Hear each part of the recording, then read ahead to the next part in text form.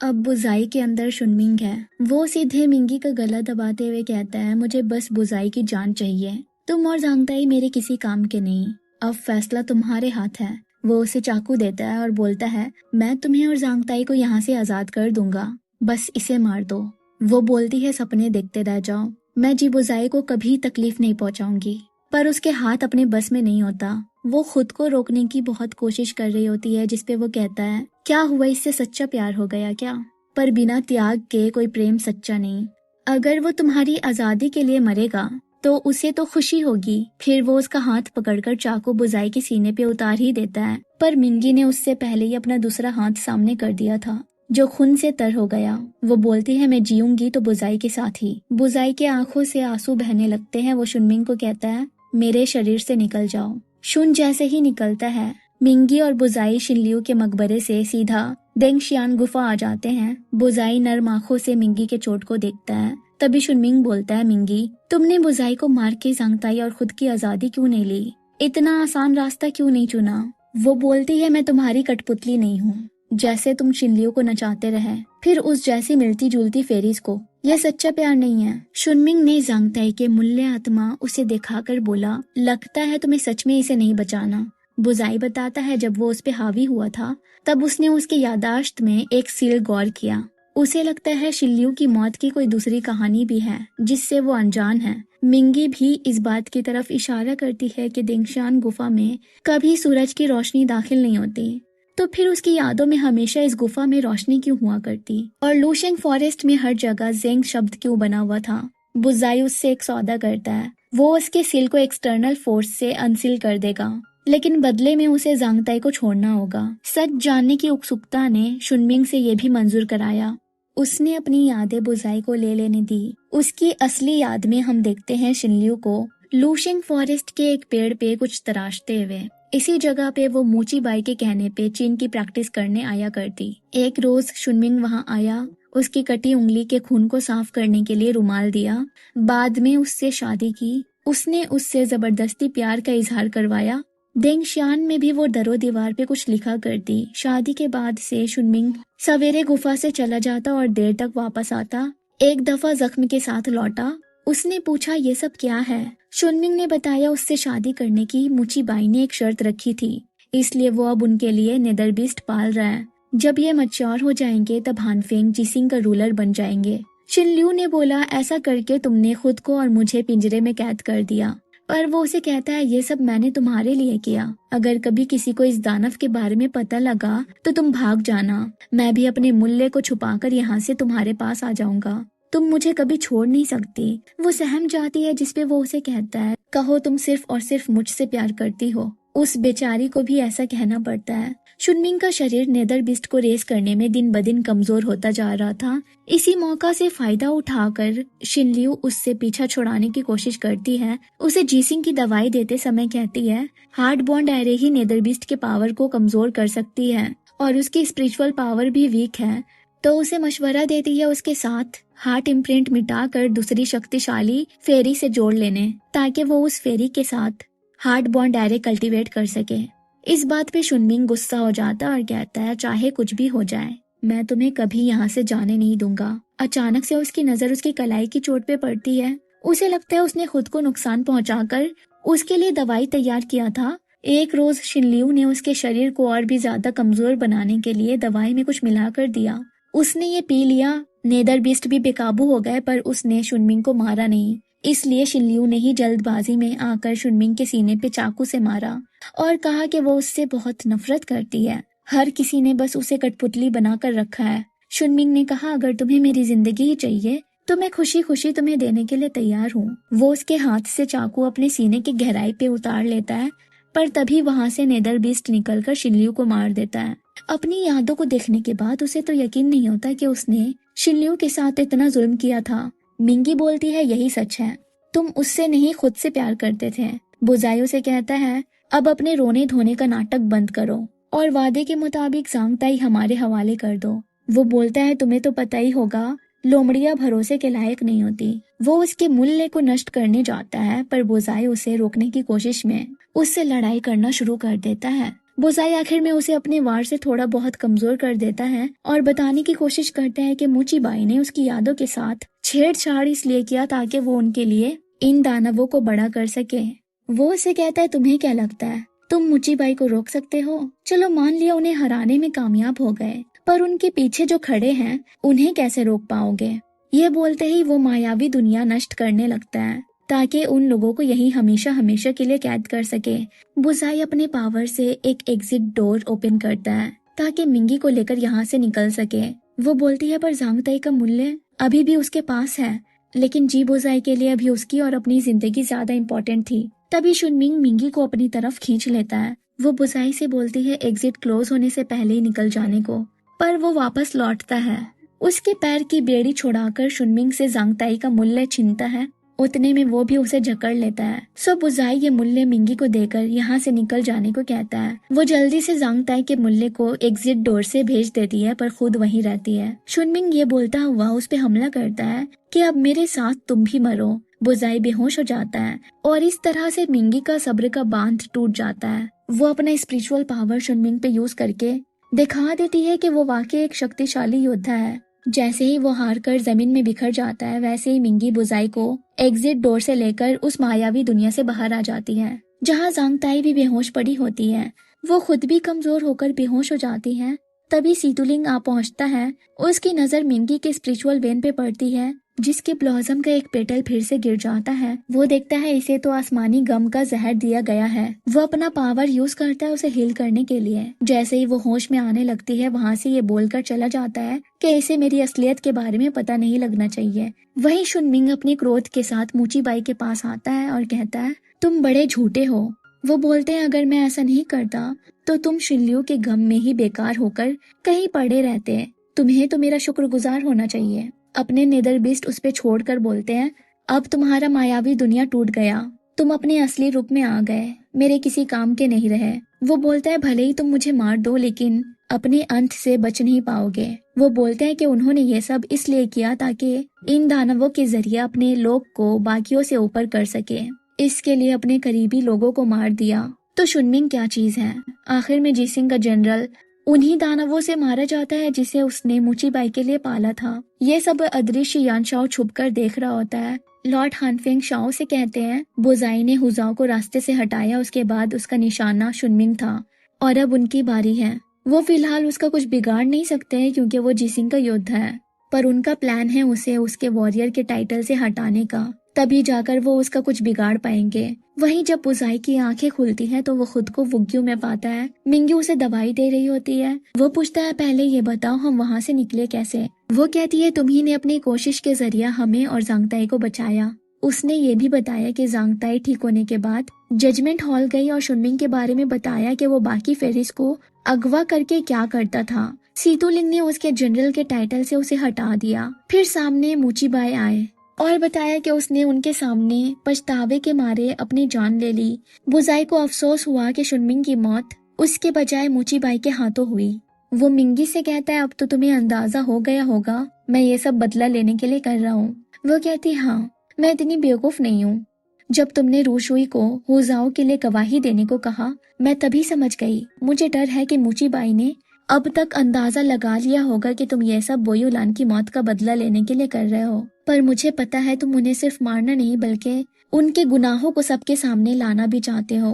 वो समझ जाता है जांगताई को शुनमिंग के खिलाफ गवाह बनने के लिए मिंगी ने ही कहा होगा। वो पूछती है कि जब भ्रमित दुनिया नष्ट हो रहा था तब तुम मुझे आसानी से वहाँ छोड़ सकते थे, लेकिन तुम वापस लौटे मुझे बचाने के लिए, ऐसा क्यों? वो बोलता है, क्योंकि मैं बहुत दयालु हूँ, इसलिए तो मिंगशियान का बेकार सा पंखा भी अपने पास रखा ताकि उसे एक रोज लौटा सकूं। वो पूछती है, तुमने राजकुमारी के साथ किए वादे की वजह से उससे युद्ध किया, तो क्या कभी उसे गलत तरीके से हराने के बारे में नहीं सोचा, जैसे उसको जहर देना? उसने कहा कि तुम मेरे बारे में ऐसा सोच कैसे सकती हो? मैंने पूरी ईमानदारी के साथ उससे लड़ाई की, अगर हार भी जाता तो मुझे कोई शर्मिंदगी नहीं होती। मिंगी को ये जवाब सुकून देती है। वो उसे कहती है, वैसे तुम्हें बाकियों पे जल्दी यकीन नहीं होता, इसलिए खाने पीने की चीजों को हाथ नहीं लगाते, पर मैं चाहती हूँ तुम मुझ पे भरोसा करो क्योंकि मुझे तुम पे यकीन है। तो क्या मेरी दवाई पियोगे? मायावी दुनिया में दोनों ने एक दूसरे को अपनी वफादारी का सबूत दे दिया होता है। अब उन्हें एक दूसरे पे शक करने की कोई गुंजाइश नहीं बची। इसलिए बुज़ाई ये दवाई आराम से पी लेता है। तभी उन्हें बाहर से किसी मेहमान के आने की आहट मिलती है और आज उनकी शादी थी तो वो किसी को शक करने की वजह नहीं देना चाहते थे। इसलिए बुज़ाई मिंगी को गोद में उठाकर बैल्कनी ले आता है ताकि मेहमान को अच्छे से दिखा सके।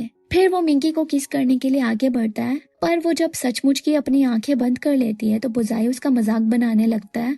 तो वो भी उसके हाथ को अपने दांतों से काट लेती है। ये उसे टीज करने की सजा थी। वो बोलती है, यहाँ तो मुझे कोई नहीं दिख रहा। वो उसे गले लगाकर बोलता है यहाँ पे, तुम अपना नाटक बंद मत करो। पर उसके दिमाग में अचानक से एक सवाल आता है, जब मैं यहाँ पहली बार आई थी तुमने ही वो आग लगाई थी ना? अगर मैं तुम्हें अगली सुबह नहीं काटती तब भी तुम मुझे इसी बहाने से निकाल देते ना? वो बोलता है, हाँ, मैं बस बहाना ढूंढ रहा था। जिस पे मिंगी गुस्से में फिर से उसके गर्दन पे काट लेती है, पर इस बार वो उसे अपने से दूर नहीं भगाता। वहीं बाहर हम मिंगी के मास्टर शी को देखते हैं। 2 महीने पहले जब सीतू लिंग जिसिंग आया तब उसने फुए को लंबे वक्त के बाद पहली बार देखा। उसने बोला उसके इस पहचान की वजह से बहुत परेशानी हुई, इसलिए उसने उसके 1000 इंसेक्ट स्पेल कल्टीवेट करने की ऐसी जगह ढूंढ निकाली है जहां उसे कोई समस्या का सामना नहीं करना पड़ेगा। वो ये खबर सुनकर खुश हो गया। उसे तितलियों से बड़ा रक्ष होता क्योंकि वो आजादी से कहीं भी आ जा सकती हैं। फुए ने बोला वो जहाँ भी जाएगा वो भी उसका साथ देने के लिए आएगी। अभी वो उदास होकर अपने केव में वुग्यू से लौटता है जहाँ वो मिंगी को दवाई देने गया था, लेकिन शुन ने बताया कि वो और बुज़ाई सो रहे हैं। उसने पूछा, तुमने मुझे उसकी शादी के बारे में बताया क्यों नहीं? वो कहती है, मैं तुम्हें दुखी नहीं देखना चाहती थी। जिस पे वो बताता है मिंगी को जहर दिया गया है, वो उसे किसी भी हाल में बचाना चाहता है। इसमें वो फुए की मदद मांगता है। वो कहती है, भूलो मत, तुम्हारे पास रूहानी रग नहीं है, इसीलिए तुम्हारे पिता तुम्हारी परवाह नहीं करते थे। तुम्हारे भाई तुम्हें नीचा दिखाते हैं। तुम्हारा सपना है चिंगुन में भाग लेने का, इसलिए मैं भी तुम्हारा साथ देने आई स्वर्ण स्वप्न ढूंढने के लिए। और अब तुम एक औरत को बचाना चाहते हो। वो बताता है वो योद्धा भी मिंगी की वजह से बनना चाहता था। वो उसकी जिंदगी में एक उम्मीद बन के आई। उसी ने उसे इस सपने से रूबरू कराया। किस्मत ने उसे आसमानी गम की वजह से यहाँ तक लाया। उसकी जिंदगी उसके लिए बहुत मायने रखती है, इसीलिए अगर उसे उसको बचाने के लिए अपना सपना भी पीछे छोड़ना पड़े तो मंजूर है। और अब उसे लगता है कि वो बुज़ाई के साथ सिर्फ स्वर्ण सपने की वजह से है और उनकी शादी भी एक दिखावा है। जिसपे फुए बोलती है, तुम मिंगशान की बात कर रहे हो पर ये मिंगी है। तुम्हें लगता है वो अपने मकसद में कामयाब होने के लिए बुज़ाई के साथ नहीं रहेगी, पर मुझे ऐसा नहीं लगता कि उसे इस बात से कोई फर्क पड़ेगा। सीतुलिंग को यह सुनना पसंद नहीं आता, इसलिए वो उसे यहाँ से जाने के लिए कहता है। लेकिन वो जाते वक्त एक सवाल पूछती है, क्या वो ये सब इसलिए कर रहा है क्योंकि वो मिंगी के एहसानों को चुकाना चाहता है या फिर इसकी वजह कुछ और है? वहीं बुज़ाई के घर पे सुबह सुबह शुन और बुशुई उसके लिए नाश्ता तैयार करके रखते हैं। शुन बुज़ाई को याद दिलाती है उसे बहुत जल्द मिंगी के साथ मैरिज स्टोन पे एक दूसरे का नाम लिखना है। जिस पे बुशु बोल पड़ता है, क्यों भला? मालिक तो बहुत जल्द उसे छोड़ देने वाले हैं। शुन बोलती है, क्यों? वो तो इनके लिए कितनी वफादार है। उसका प्रेम मुझे सच्चा लगता है। वो बाकियों की तरह इनके पास पैसे या स्वर्ण सौंपने के लिए नहीं है। वो बुज़ाई को सलाह देती है बदला साइड रखकर अपनी जिंदगी को अहमियत देने और इसे हंसी खुशी मिंगी के साथ बिताने। जिस पे बुशियो बोलता है, हम तीनों भी तो साथ में हंसी खुशी रह सकते हैं। शुन उसे बेवकूफ ड्रैगन बोलती है, जिसे समझ नहीं आता उनका साथ होना और मिंगी का होना दोनों बहुत अलग है। तभी आसमान में एक रेडिएंट स्पिरिट दिखता है। शुन बुज़ाई को कहती है मिंगी के साथ जाकर विश मांग लेने। जिसपे बुशु बोलता है, ये बच्चे थोड़ी हैं, और उन दोनों का कभी न खत्म होने वाला नोकझोंक शुरू हो जाता है। बुज़ाई शाम तक मिंगी को बाजार ले आता है। जिन भी चीजों पे उसकी नजर जाती है वो सब खरीद लेता है। आखिर में वो भी परेशान हो जाती है क्योंकि सारा सामान उसी को उठाना पड़ रहा था। ऊपर से नीचे तक वो कीमती सामानों से भर गई होती है। एक भोजनालय में बैठे वो पूछती है, ये सारे उपहार दिलाने की वजह क्या इसलिए है क्योंकि तुमने मेरे साथ नकली शादी का ढोंग रचा? वो बोलता है, बिल्कुल नहीं। क्यों, मैं ऐसे ही तुम्हारे लिए कुछ खरीद नहीं सकता? वो बोलती है, ऐसा नहीं है, पर लगता है तुम पहले कभी किसी लड़की के साथ घूमने फिरने नहीं गए। तुम्हें तो खुद ये सारा सामान उठाना चाहिए था। देखो अब मेरा हाथ कितना दुख रहा है। वो इसके लिए माफी मांगता है। मिंगी उसे खरीदी हुई चीजों में से एक पाउच निकाल कर देती है और कहती है, अपनी शक्तियों से सारे सामान इसी में भर दो, फिर हम में से किसी को भी इतना बोझ नहीं उठाना पड़ेगा। उसके ये करने पे वो उसकी तारीफों के पुल बांधने लगती है ताकि मक्खन लगाकर उससे अपने लिए आर्टिफैक्ट्स बनवा सके। वो पाउच में से एक डैगर और हेयर पिन निकाल कर कहती है, इसे ऐसा कुछ बना दो जिसे मैं पहन भी सकूं और वक्त आने पे अपने बचाव के लिए किसी पे हमला भी कर सकूं। बुजाई अपने पावर से दोनों को जोड़ देता है। मिंकी बोलती है, वाह तुम तो वाकई कमाल हो, मेरे लिए ऐसी कई और अद्भुत चीजें बना दो ना। वो बोलता है, नहीं इतना काफी है। जिस पे वो रोते हुए उससे बहुत रिक्वेस्ट करती है। ऐसे में बुजाई मना नहीं कर पाता। वो उन सामानों से बहुत से आर्टिफैक्ट्स बना देता है। वो उसे मुस्कुराते हुए इन सबका शुक्रिया करती है, फिर पहन के खाने लगती है। उसके लिप्स पे कुछ लग जाते हैं जिसे बुजाई साफ कर देता है और कहता है, मैंने मन बना लिया है, आने वाली चुनौतियों का सामना भी हम साथ मिलकर करेंगे, इसलिए अगर तुम चाहो तो ये शादी सच्ची भी हो सकती है। अपने दिल की बात कहकर वो इतना शर्मा जाता है कि वहाँ से किसी काम का बहाना करके चला जाता है। जब मिंगी वुग्यू आती है तो कमरे में अपने मास्टर को पाती है, जो उसे सर पे मार रहे होते हैं और पूछते हैं, बुजाई से शादी करने का क्या मतलब है, आखिर चल क्या रहा है। वो बोलती है, लगता है आप मिंगशान को ढूंढ रहे हैं, पर मैं वो नहीं हूँ, देखिए गौर से, मैं तो एक फेरी हूँ। वो फिर से उसे मार कर कहते हैं, मैं बेवकूफ नहीं हूँ, तुम्हारी हिम्मत कैसे हुई भ्रम का घूंघट ओढ़कर मुझे उल्लू बनाने की। 27 को भी उन्होंने बांध रखा था और मिंगी उसे आगे कर देती है अपने हिस्से का मार खाने के लिए। फिर वो उन्हें बताते हैं, पिछले महीने मिंगशिन लौटा था योंगवान बुरी तरह से जख्मी होकर। उसके पास मिंगी का बनाया सर्च मिरर था और वो एम्पेरर को बताने लगा कि मिंगशियान दुश्मनों के इलाके में है। मैडम मिंग ने भी उन पे प्रभाव डाला और अब राजा को लग रहा है कि मिंगशियान ने वाकई में गद्दारी की है, पर किस्मत से वो इस बात को बड़ा नहीं बना रहे हैं। योंगवान माउंटेन को क्राउन प्रिंस की जरूरत है। मिंगी के पिता को ना चाहते हुए भी फैसला लेना ही होगा। दिन वो बोलते हैं, जब मैं यहाँ पे आया तो जी बुजाई की शादी की खबर मिली, अब पता लगा वो तुम ही थी जिससे उसका विवाह हुआ। ये सब क्या है आखिर। वो बताती है उसके पास स्वर्ण स्वप्न है जो उसने अपनी स्पिरिट वेल में छुपाई है और उसके अंदर जाने के लिए उसे उसके डिवाइन कॉन्शियसनेस से कनेक्ट होना होगा, इसलिए उसे शादी का रास्ता चुनना पड़ा। ये सुनकर शी को अपने विद्यार्थी पे गर्व होता है। वो उसे स्वर्ण स्वप्न दिखाने को बोलते हैं, पर वो बताती है, बुजाई बहुत होशियार है, उसने अभी तक उसके साथ हार्ट इम्प्रिंट नहीं बनाई। ये बात उन्हें फिक्र में डाल देती है और जब उन्हें मिंगी के 2 पंखुड़ियों के गिरने के बारे में पता चलता है तब उनकी चिंता में इजाफा हो जाता है। वो बोलते हैं, चाहे कुछ भी हो जाए अपनी जिंदगी के साथ मत खेलो, इसे अहमियत देना सीखो, मैं तुम्हें बस महफूज देखना चाहता हूँ। उसके बाद मिंगी सांगताई से मिलने चली जाती है। थोड़ी देर बाद बुजाई आता है उसके कमरे में उसका पसंदीदा खाना रखने। उसके जाते ही शी और 27 अपीयर हो जाते हैं। शी बोलते हैं, मिंगी ने इससे शादी स्वर्ण स्वप्न के लिए की, लेकिन इस बुजाई की हरकत से नहीं लग रहा जैसे ये शादी नकली है या फिर इनके बीच कुछ चल रहा है। पहले तो इसने मिंगी को जहर दिया और अब अच्छा बनने का ढोंग कर रहा है। वो गुस्से में अपना तलवार निकालकर उसे सबक सिखाने के लिए जा रहे होते हैं, पर 27 उन्हें रोक लेता है, ये बोलकर कि शायद बुजाई ने ये जहर मिंगी को नहीं दिया, या अगर उसे गुस्सा दिलाया गया तो वो स्वर्ण स्वप्न नष्ट कर दे। ये सुनकर वो शांत हो जाते हैं, पर सोचते हैं कहीं मिंगी भी इस बुजाई से प्यार तो नहीं कर बैठी है। वहीं वो और जांगताई शिनलियू के कब्र के पास अगरबत्ती जलाकर फल फूल चढ़ा रही होती है। जांग उसे अपनी जान बचाने का शुक्रिया कहती है, पर शिनलियू और बाकी फेरीज के लिए अफसोस भी करती है जो शुनमिंग के झूठे प्यार की वजह से मारे गए। उसने तो शिनलियू के मकबरे में उसके असली नाम की जगह माय बिलव्ड वाइफ शिनलियू रखा, जिसे उसने पत्थर से मिटा दिया और उसके कब्र को सजाने के लिए फूल लेने चली गई। मिंगी ने शिनलियू का मकबरा पकड़कर कहा कि वो शुनमिंग वाकई बहुत दुष्ट था, तुम्हारी पहचान हटाकर अपना मोहर लगाना चाहता था। तभी पास से रोशनी की ऊर्जा आती है। मिंगी अपना तलवार वाला हेयरपिन निकालकर इसे देखने की कोशिश करती है। ये शिनलियू के डिवाइन कॉन्शियसनेस से मिली एक गवाही है। उसमें था, लॉर्ड हानफिंग ने पावर में आने के बाद 2 जुर्म किए।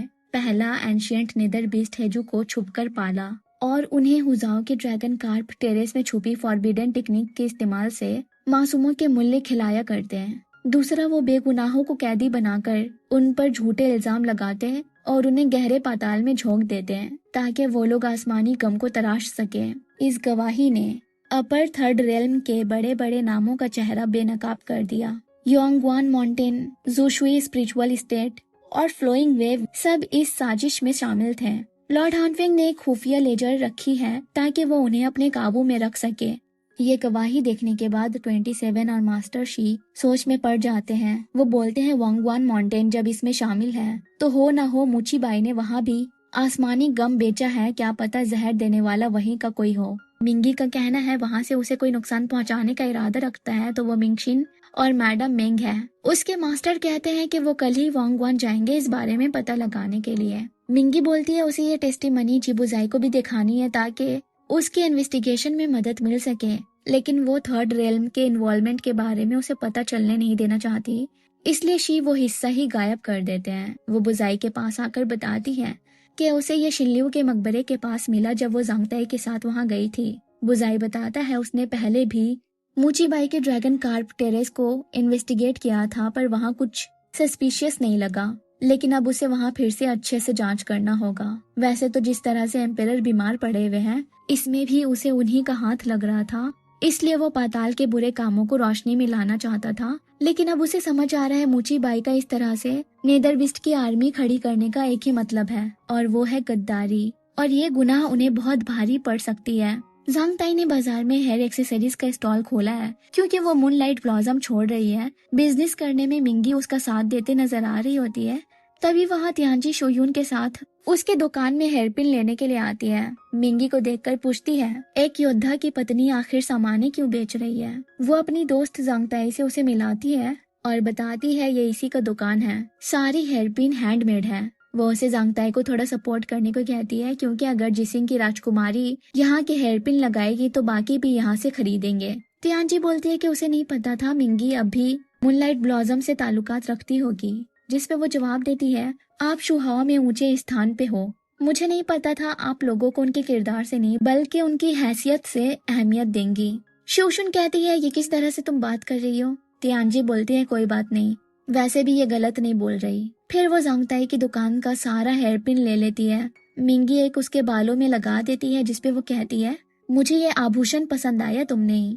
पर जाते बस के चेहरे पे बड़ी सी मुस्कुराहट होती है। अगले दिन वो अपने पिता को देखने जाती है, पर चेंबर के बाहर यानशाह उसे रोक देता है, ये कहकर के महाराज गहरी नींद में हैं। तियांजी ने गुस्से में उस पे इल्जाम लगाया कि वो लोग उसे गहरी साजिश के सबूत ढूंढने से रोक रहे हैं, पर साथ ही उसने उसे यकीन दिलाया कि वो कोई भी जल्दबाजी नहीं करेगी। वो अच्छे से समझती है कि उसके पिता अनकॉन्शियस हैं और उसकी एक भी बेवकूफी उनकी हालत को और भी ज्यादा बिगाड़ सकती है। फिर उसने यानशाह से एक सवाल पूछा, अगर मेरे चाचा हमारे जान के दुश्मन बन जाए तो क्या तुम मुझे और मेरे पिता को धोखा देकर उनके हवाले कर दोगे। वो खामोश हो गया। फिर उसकी नजर उसके बालों पे लगे ब्लेसिंग फ्लावर बने हेयरपिन पे गई, जिसे पिछली रात मिंगी ने लगाई थी। वो पूछता है, क्या अब भी तुम्हें ये पसंद है, क्योंकि उसने ये वाली हेयरपिन पहले कभी नहीं देखी। वो कहती है कि वो बात तो ऐसे कर रहा है जैसे उसके हर हेयरपिन पे गौर करता हो। फिर उसका दिल जलाने के लिए बताती है, ये जी बुजाई की तरफ से दिया एक तोहफा है, इसलिए उसने ये हेयरपिन कभी नहीं देखा होगा। वो हंसते हुए कहता है, मैं जानता हूँ तुम्हें बुजाई की जरा फिक्र नहीं, अगर होती तो उसकी शादी किसी और से होने नहीं देती। वो बोलती है, मैं किसी और के लिए कैसा महसूस करती हूँ, इसकी तुम्हें फिक्र क्यों रहती है। ये बोलकर वो अंदर चली जाती है। शाम के वक्त सुन लियाओ यांगचू की क्लास ले रहा होता है कि क्या जरूरत थी तुम्हें बुजाई की शादी की खबर आग की तरह फैलाने की। वो बोलता है, खुशी की बात तो फैलानी ही चाहिए ना। जिसपे सुन लियाओ कहता है, मुझे इतना तो पता था तुम बेवकूफ हो, पर इस हद तक ये नहीं। उन दोनों की बहस से पककर मूचीबाई सभी गधों को यहाँ से जाने के लिए कहते हैं, सबसे पहले यांगचुई को। उसके जाने के बाद सुन लियाओ कहता है, अगर वाइन इमॉर्टल क्लैन मू क्लैन से ब्लड रिलेटेड नहीं होता तो कब कब वो इसे मार देता। जिसपे यान शाओ बोलता है, उसे पढ़ना आसान है, इसलिए उसे कंट्रोल करना भी मुश्किल नहीं। जिसपे सुन लियाओ बोलता है, वो तुम्हारा साथी है तो क्या मूचीबाई तुम्हारी वफादारी के लिए उसे भी झेलते रहेंगे। उसी दौरान लॉर्ड हानफिंग को योंगवान माउंटेन के लॉर्ड चेंग्यून मिंग शिन का फ्लाइंग लेटर आता है, जिसमें बताया जाता है कि मिंग शियान का कंपेनियन बीस्ट सफेद बिल्ली जिसिंग में है, उसी की वजह से वो 1 महीने से बिस्तर में पड़ा हुआ है। सुन लियाओ मूचीबाई से मौका मांगता है उनके काम आने और उस कंपेनियन बीस्ट को पकड़ने का।